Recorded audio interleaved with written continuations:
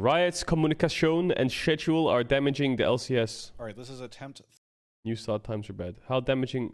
So why is this number one? Is there something I should watch in this? Is there something good? Is there some juicy juice? Is there some... Dude, the whole of Reddit right now is just an LCS funeral, isn't it? Even as an LEC fan, I feel bad for LCS. Yeah, actually, Honestly, when's the good news coming? Of assembling rosters that make people pretty excited. Like, where was the good news at? I feel like people were pretty optimistic about a new level of parity within the LCS, with teams putting out together rosters that should be pretty entertaining.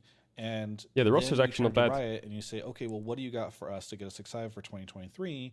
And they release these like 2 articles that are just filled with stuff that does not feel particularly exciting.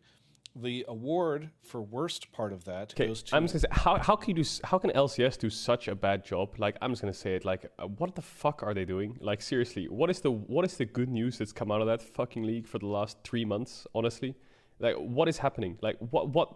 Hello, can we wake up?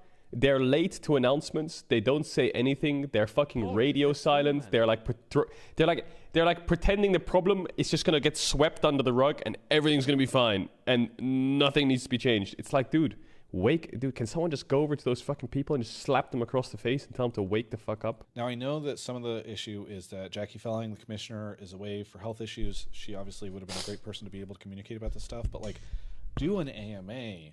Do something. Do a video with other people. Don't wait until the last minute to publish this stuff. Absolute. You know what's going to come. Griefers. So that, like, somebody in the last minute incompetent has like a health emergency and you can't do it. It's just like, it just gets so frustrated because one of the biggest issues with the LCS right now is the reputation around the league and the perception of how Riot cares about it. And it's only getting worse. Can't seem to get out of their own. Like, how hard is it, man? Just fucking do something, anything. Way around this stuff, and it's not that hard. It's just not that hard. And you see all of this come out, and the reception to all of it. Dude, I swear to God, I don't know anything that's going on behind the scenes, but if it's one of those things where it's like, well, it's not my job to do it, and the other person's like, well, it's not really my job to do it, and the other person's like, well, yeah, it's not really my job to do it either. And then all the fingers get pointed to the talent, and it's like, well, you're the ones who go on camera, aren't you? So it's your job. Like, I don't know. I'm just making hypothesis. A small percentage relative to the rest of the U.S. population actually works from home. We're not bad, though. A lot of people are returning to the office. Like, Riot is actually making a lot of people return to the office. You can't always work at an office job, even, where you can just have a video game tournament happening on a second monitor if you have access to a second monitor. Like, it's just very out of touch, I think, with what the average person does for their job, to just assume that everybody has some cush job where they have 2 monitors set up at home and they can just chill and have the game going on the other. I mean, the only thing that I can stretch to say that maybe that they can watch one game is if they start at 12, maybe that's the lunch break time for everyone at work, so maybe they can watch the first game, you know? A lot of people have been feeling pretty fatigued with the LCS, very gloomy about the future of the LCS. And when you tell people that this product is not for them, by placing it at a time that is incredibly inaccessible for them. Yeah, they're just going to give up. Lunchtime on the West Coast, 3 o'clock on the East Coast. They're going to give up. By the way, if you missed this, you can go look at the schedule. All the best matches are stuck at that time. It's not even a situation where you're building. The best matches are first. You have them right at the beginning. So if you live on the West Coast and you are busy at 12 or 1 o'clock on a Thursday or Friday, you don't get to watch the best LCS matches unless you're willing to watch a replay later on. And I don't think very many people are. So when you tell these people that the LCS is no longer for them because you've placed it at a time inaccessible for them, they're probably just going to fucking walk away. They're going to go into 2023 expecting that they're not going to watch the LCS. And if you change it 3 weeks later or 4 weeks later, they've already moved on. You can't. How do you get them back? You have to then figure out a way to recapture those people, to tell them, oh, by the way, we've changed it to more accommodate you. They've already missed the first several weeks of the league. Like, are they really going to come back? That is my big concern here. And when I talk, by the way, about them saying the LCS is not for you, and when I talk about 2 to 3 hours of difference, because that's what I think it is, by the way. If you start the broadcast at 2 o'clock or 3 o'clock on the West Coast, you end up with way better times for those last couple of matches on the East Coast and on the West Coast. A 2 to 3 hour start time difference could mean people actually still buying in to this product. Yeah, it's true. North America. So what he's saying is if they push it back by 2 or 3 hours, this is America. Yeah. So if they start here at 12 p.m., then it's like 3 or 4 p.m. here. So people are still at work on the East Coast. But if they start at like 2 or 3 p.m., then it's like 6 or 7 here, and people are already home. So you can increase the viewership. I don't know what time it is in EU. Maybe it's like 11. And then they can have the best games. You like ding, ding, ding. Maybe they can hit 3 balls with one pin, you know? But now they're only hitting 2 balls with 1 pin. Well, they're not even hitting 2, they're hitting 1. It's EU. They're actually just hitting EU EU dinner time. That's it. They're just hitting EU dinner time. That's it. But the EU viewers will go to sleep. I get it. This is it. I figured it out. So this is the States, right? And they probably did some research, okay? This is United Kingdom. This might sound really stupid, but it's true. They probably did some research, and they found that the first amount of viewers is from EU. The second is from the East Coast, and the third is from the West Coast. So, to accommodate for that, they start at 12, okay? Because that is at 3 p.m. here, and they juice out the first one, right? So they get the European audience, because there it'll start at like 7 or 8. And then when they L plus ratio fall off, go to bed 3 hours later, they pick up the slack here because they come home from work at 6 or 7 p.m. Then they're the ones who tank the Immortals versus Golden Guardians bullet, and they tank the good games. So geographically, it makes sense. But if you're having your best games at the start of the day, then why are you just making one region tank it per hit? Why can't you just make 2 regions tank it by making it start at 2 or 3 so that both of the regions can tank the good games? Why don't they do that? And I say North America because what's obviously clear from the articles that they've posted, and when you look at like a time zone map, is that what they are trying to do is grow the LCS audience by looking at the Western audience rather than the North American audience. He's describing what I just described. Crazy to me. This is a North American product. The LCS exists as a product for North American fans, or at least it should. See, I just explained it. American League. The LEC is there for European fans, and I like European fans. They kind of shit talk me during Worlds a lot, but I don't dislike them. But I think that when you are targeting Western fans in Europe rather than Western fans in North America for your North American League, you're doing something wrong. Because do you think that the person in Germany, the person in the UK, or hey, that's me, wherever, is going to be buying tickets to go to the LCS Spring Finals or to watch a match in the LCS studio? Or are they going to sign up for Verizon 5G service after watching a post-game interview? Nope. This league needs North American viewers. True. Right, you already put almost all of your global events at times that are inaccessible to the North American audience, and now you're going to do the same thing with the North American League. Do you have so little faith in this audience that you're unwilling to act? That's really true.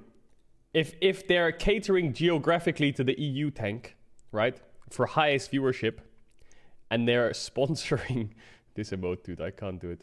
I can't this emote like and they're sponsored by Honda and Verizon 5G and Grubhub. Yo, lil bro, that shit don't exist in the EU. Actually put the games yeah, maybe Honda does, but watch them. It's crazy. How are you selling stuff, you know? And I know you guys have slightly I have a great idea. Social media, or you've been silent publicly. 3 o'clock is I also not a time have that a solution. viewers can watch. I am the Messiah. I have a solution. Okay, so listen up. You know how Riot, you know how I just described that, you know, this is the US, this is EU, and they're making it start time here at 12 so that they can make the EU viewers tank earlier to increase the viewership, and then the IMT Golden Guardians bullet is tanked by the East Coast when the EU viewers go to sleep, yeah? Here's a good idea. Ready? Why don't you just Why don't you just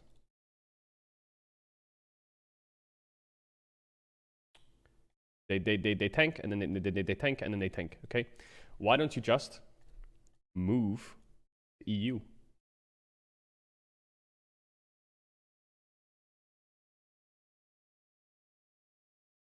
And call it the EU LCS.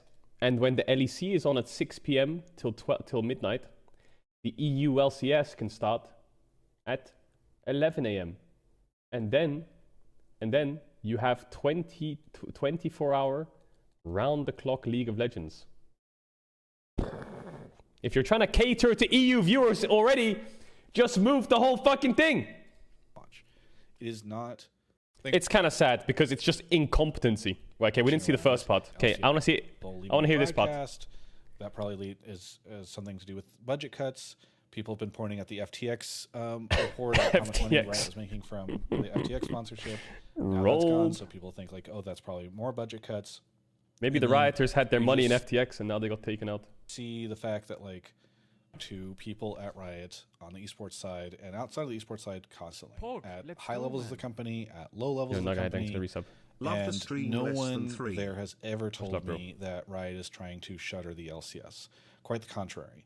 Everybody really thinks that there's a pretty big alarm bell going on inside Riot about the LCS. I think, quite frankly, it took too long for the alarm bell to come through. I think they were kind of able to hand wave a lot. I think they put it on snooze a few times. Oh, you know, like they snoozed it. Makes it tough. There's a viewership spike associated with that for a little bit, and so people were kind of writing stuff off. But no, people really are, one, worried about the LCS, and two, they think it's very important that it succeeds. I know some of you are probably going to say, well, like, oh, well, Travis, people are just telling you that, or you don't believe me when I say this. But like, I talk to a lot of people. They are frustrated with things. They could tell me they're willing to shit talk. Let's put it that way. And none of them ever tell me like Riot's given up on the LCS. The amount that LCS got shit on Reddit over the last 2 days is mind-blowing. And there's not a single post by LCS by anyone saying, we understand and appreciate the community sentiment and we are trying our best to work, la la la. Not even a PR answer. There's nothing. There's nothing, dude. Like, the whole Dash situation, no statement, 3 Reddit posts, top 3, absolutely nailing Riot Games to a stake. And now it's just LCS complaints. And they still haven't said anything. Just say something. Everybody, because then they'll go to the top of Reddit and everyone will be like, okay, good, at least they've acknowledged it and they know that something's wrong and they're trying to fix it, at least then maybe there's some hope. Internally is under the impression that it is a big, let me write the statement, I'll do it for the company to turn around LCS, at least for the esports side. I would write, shut the fuck up, you pussies. I'm just getting scammed. Don't worry, the LCS is going to be the greatest product in the world. Suck my nut. Well, that's what I'd write. Riot has a pretty big ego as a company. I think a lot of you can probably agree with that. There's a lot of folks there that think that the company is incredibly superior to other companies, that it is just a company capable of doing incredible, amazing things. And in some ways, they have done some pretty impressive stuff that people don't want to give them the credit for. But all that has given them a huge ego. It would be incredibly damaging to that ego if their number one esport, because again, LoL esports is still their biggest esport around the world. It is their premier sport. So obviously, it's an ego battle? WoW, but like right now, it's still League of Legends. It's their biggest game. It would be very damaging for their ego if the sport that takes place across the street from their headquarters dies in the home region of the company. Like, that is not something that they are down for. They would not allow for that to happen without putting up a fight. They wouldn't choose to just be like, fuck it, let's move on from League of Legends.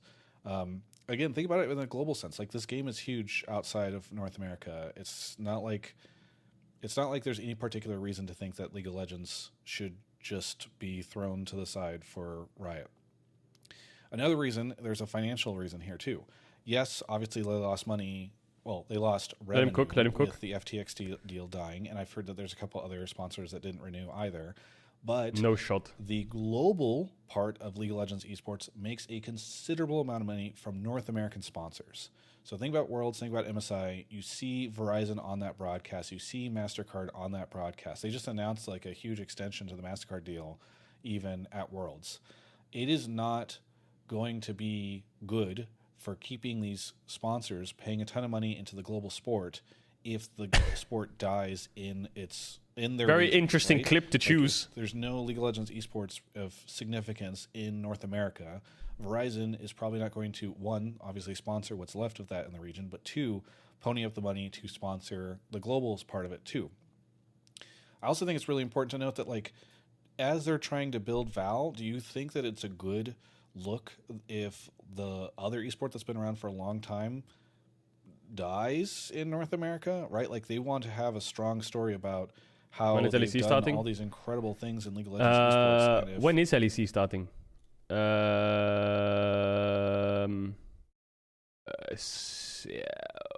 Here, I think. I don't know. that league dies, it's going to make not my people job. far more hesitant to invest into or spend money around Val. Like, it's just not a thing that would be true. Finally, truth is, LCS would probably be moving to the weekdays even if Valorant didn't even exist. It was reported in the Blix article by Alejandra, who was the first person to break the news about all this stuff, that's not related to Val. That the scheduling change for Thursdays and Fridays, not related to Val. I've heard this stuff long before the Val stuff. I don't, like, it's impossible to change this now because the narrative has just caught on and because Riot's done such a piss poor job of, like, fighting against it, which drives me crazy because, like, they should know. They should totally know that this is going to be a thing. In fact, they do know because, again, they had months of preparation to prepare these two stupid articles that came out last minute at the end of the Absolute year, embarrassment. 48 hours before they went on break. And because this news got leaked in, like, October. They knew this was a huge issue, and they just did such a poor job of properly approaching it. I don't know how else to say it, but Riot has a lot of incentives to keep LCS alive. They don't have any incentives for this thing to die. So, like, as much, and again, I don't blame you because they've done not a great job of dissuading people from this. Caedrel, you are the goat tie for content. Please trust me when I say that, like, they want LCS to thrive. They want it to grow. They want to restore it to the prestige that it used to have. I think a lot of teams are stronger. The rest of this video, if you don't believe me right now. Okay, we've seen the rest of the video. We've seen it. He's in 4K, 2160 pixels, man. Yo, I'm pushing P over here. I'm pushing 1080. How the fuck is Lil Bro on 2160 4K ultra wide? What the fuck? Dude, I need to step up my content game. I think a lot of teams are stronger.